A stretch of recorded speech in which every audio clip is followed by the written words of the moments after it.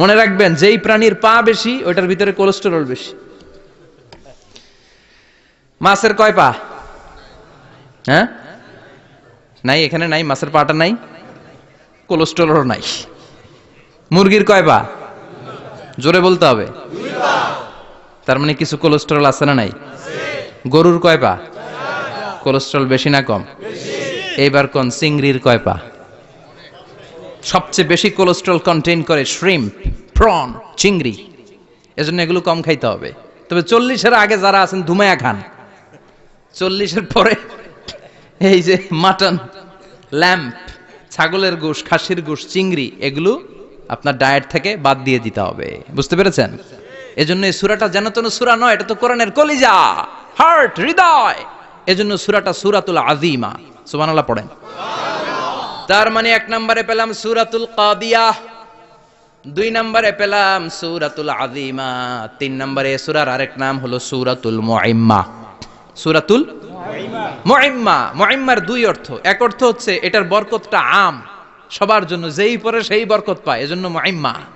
আবার মুইম্মার আরেক অর্থ হচ্ছে যেই সূরা শত্রুকে অন্ধ করে দেয়। কি করে দেয়?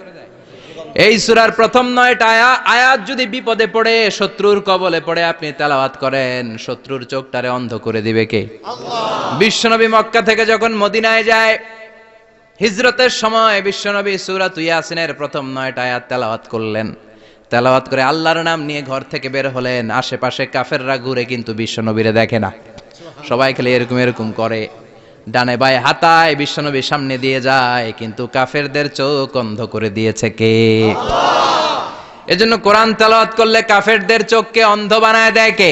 আল্লাহ। এজন্য সূরার একটা নাম হচ্ছে সূরাতুল মুইম্মা। কি নাম? অন্ধ করে দেয়। তাফসিরে কুরতুবির মুসান্নিফ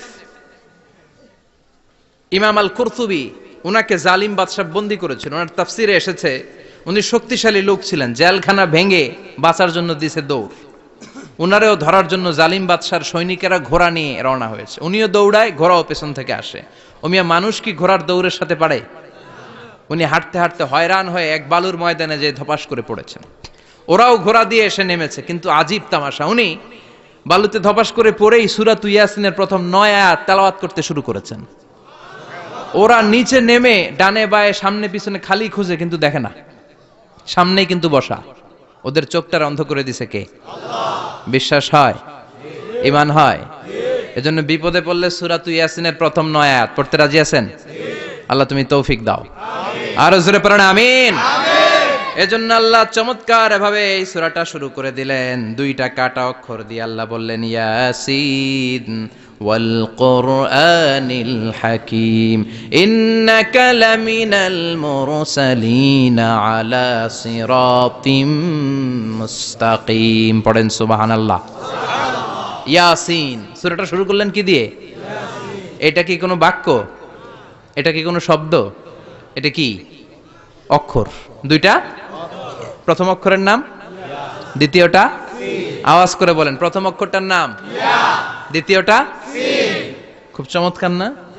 বাক্য দিয়ে এই সূরাটা শুরু করে নাই। যেমন ইযা জুলজিলাতিল আরদু জিলজালাহা, এই সূরার প্রথম আয়াত, এটা একটা বাক্য না? জি। আচ্ছা। ওয়াদ-দুহা ওয়াল-লাইলি ইযা সাজা, বাক্য না? জি। কিন্তু ইয়াসিন, এটা কি কোনো বাক্য? না। এটা কি কোনো শব্দ? না, এটা কাটা 2টা অক্ষর। সুবহানাল্লাহ পড়েন। সুবহানাল্লাহ। আল্লাহ 114টা সূরার প্রায় 29টা সূরা এরকম কাটা কাটা অক্ষর দিয়ে শুরু করেছেন। সুবহানাল্লাহ নাই? সুবহানাল্লাহ। এই 29টা সূরা কখনো আল্লাহ একটা অক্ষর দিয়ে শুরু করেছেন, কখনো 2টা অক্ষর দিয়ে, কখনো 3টা দিয়ে, কখনো 4টা দিয়ে, কখনো 5টা দিয়ে। একটা অক্ষর দিয়ে আল্লাহ কোরআনের সূরা শুরু করেছেন। এরকম একটা সূরা বলেন। নুন ওয়াল কলামি ওয়া মা ইয়াসতুরুন। নুন, নুন দিয়ে সূরা শুরু হয়ে গেছে। তারপরে কফ, এক অক্ষর দিয়ে সূরা শুরু হয়ে গেছে। সুবহানাল্লাহ পড়েন। সুবহানাল্লাহ। এবার বলেন 2 অক্ষর দিয়ে সূরা শুরু হয়েছে এরকম সূরা বলেন। আমিন। এত দূরে যান কেন? এটা আছে না নাই? ইয়াসিন। সুবহানাল্লাহ পড়েন। ইয়াসিন 2 অক্ষর দিয়ে। তারপরে হামিম। এবার 3 অক্ষর দিয়ে আল্লাহ সূরা শুরু করছেন এরকম। আলিফ লাম মিম তা সিন মিম। আল্লাহু আকবার। আবার 4টা অক্ষর দিয়ে সূরা শুরু হয়েছে, এরকম আছে না নাই? হাফেজ সাহেব কোন? আলিফ লাম মিম র।